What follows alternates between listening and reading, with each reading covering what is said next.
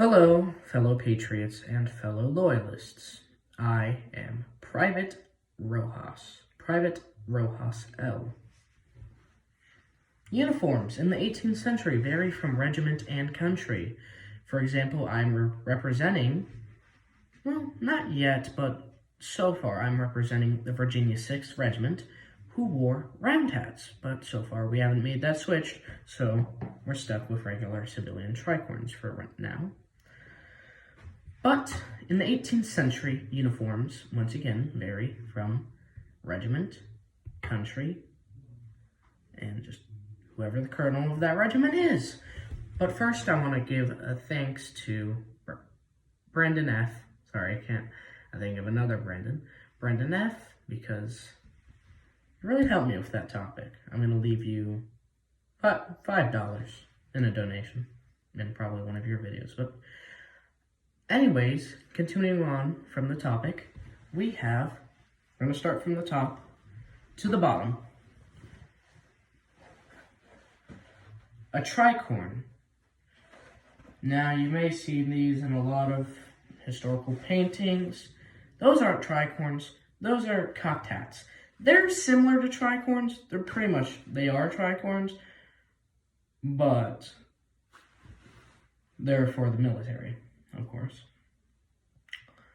Tricorns, or just hats they had in general, varied if they were in the military or militia.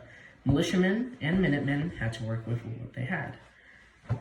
This is a regular civilian tricorn. You might see a civilian in colonial Williamsburg or just any civilian area in the 18th century wear. Of course, most militias even wore round hats. They're flattened out. I cannot flatten out my tricorn because historic clothing and dress would be mad at me. But the round hats are flattened out, and usually they have the left side, or your right. Yeah, the left side, this is my left side, but it will be for some people. Yeah, it's the left side. Ooh, what am I saying? The left side pulled up, and the rest pulled down. That is usually for bloodhounds in the British Army, but also for some light infantry units use it. A lot of militiamen use it, and even some Continental regiments use it. For example, Continental Marines, they use it. But again, it varies from regiment to country. Now that we're done with the hats, there's 3 types of hats: tricorn, cocked hat, and round hat. Now that we're done with the hats, let's move on to the overwear. The overwear, like I said for the millionth time, varies from regiment to country. This is a hunting shirt, not a frock. They are very commonly, mixed together. This is a hunting shirt. It has these nice wings or cape. Sorry, I call them wings. And this one has a tie, which you tie together. The hunting coat used by hunters to hunt. But when the revolution started, they were used because militias have to use whatever they could. But you can even see this being used in a German painting, and some movies also use hunting coats as well. But usually they're either going to be more like grayish, sort of. Underneath that, you have the waistcoat or waistcoat. Militias, for example, do not have a consistent color. I have 2 waistcoats, just like how I have 2 breeches. This is a brown one, and the other one is a black one. Waistcoats were usually accompanied by a regular coat, but I'm wearing a hunting shirt right now, so I don't have that. Cravat. It's a cravat. It's, all of this is the fashion of the 18th and probably early 19th century as well. So, yes, pretty much all militaries used a cravat. All military factions and the civilians, militias, all of them used cravats, same how they used a waistcoat. Shirts, I don't have my shirt, the colonial shirt, of course. I have a modern shirt under this.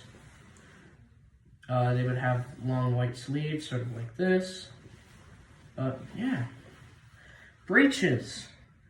Breeches were the equivalent of shorts, in a way. They weren't considered shorts, but they were most likely used. Breeches usually stop at the knee of the soldier, and then the rest of the leg, foot, would be covered by the stockings. Now, depending on the weather, they either use spats, wool stockings, or cotton stockings. Cotton stockings were most commonly used during spring and summer, and wool was used during autumn and winter. And finally, to top it all off, the famous buckled shoes. Now, these buckled shoes would be, black with brass buckles. That's pretty much it. And yeah, I don't have any ideas, so I just decided to do this video. But, yeah. Oh yeah, for a little bonus, I'm gonna have to shave this. There's a small mustache growing here. But in the 18th century, it was common, and I believe, correct me if I'm wrong, suppose it was ordinance to have a clean face and not too long hair. But of course, I'm in a militia. I will be in the Continental Army pretty soon, but I'm in a militia so far, so I'm gonna have a bit unkept hair, but maybe I'll tie it back sort of like this. Oh. But anyways,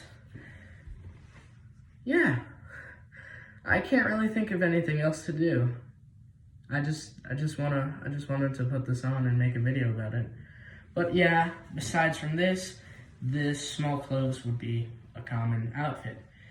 Now, breeches and waistcoats vary, but in military, for example, for the Virginia State Garrison Regiment, they wore buff breeches and waistcoats.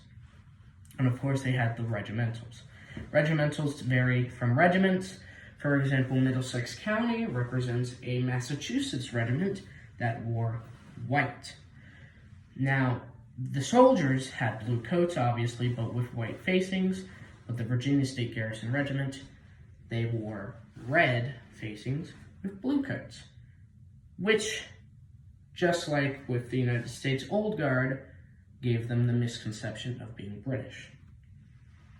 But that's basically it for this video. I'm gonna go now. And I'm sorry, Brendan F. is just too influential. But I will always remain your most loyal and humble of servants. God save America.